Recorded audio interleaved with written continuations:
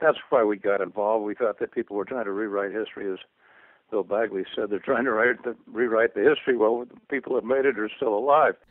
From the very beginning, it was a special kind of pork. Originally, it was considered to be around 55,000 acres. Well, 20,000 acres of it were in ranchlands that were going to be kept in ranchlands with the oyster farm in the middle. I called John Burton. He and I were in the Congress together 30 years ago in the 70s. I said, John, I don't remember. I supported your bill to make this wilderness. I don't remember that we were trying to wipe out the oyster farm.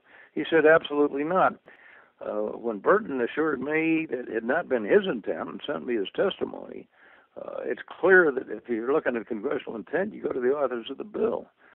It's a unique pork, but it was created and funded on the basis that those ranches and the oyster farm would continue.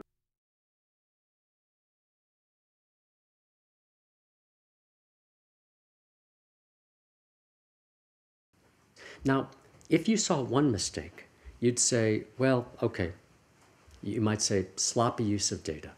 But the fact is now we're seeing mistake after mistake after mistake. Misuse of data after misuse of data after misuse of data. And it's always with the same sign. It's always finding environmental harm where none exists.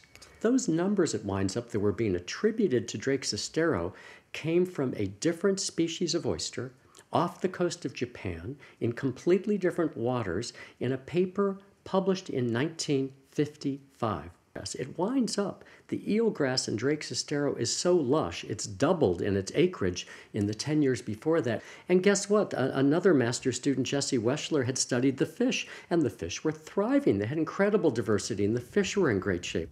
So they had taken a paper from 1955 from halfway around the world, and they hadn't just said, well, let's look at what happens in Japan. They had taken those numbers and claimed those were numbers from Drake Sestero today in 2000. At that time, it was 2007.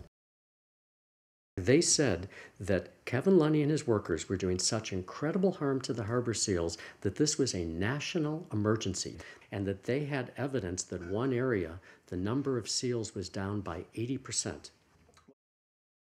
And so I did something that, as an academic scientist, I'd never done before. I filed a FOIA request, a Freedom of Information Act request. They invoked Exemption 5, deliberative process privilege. Sorry, we can't give you the data, and we can't answer your questions.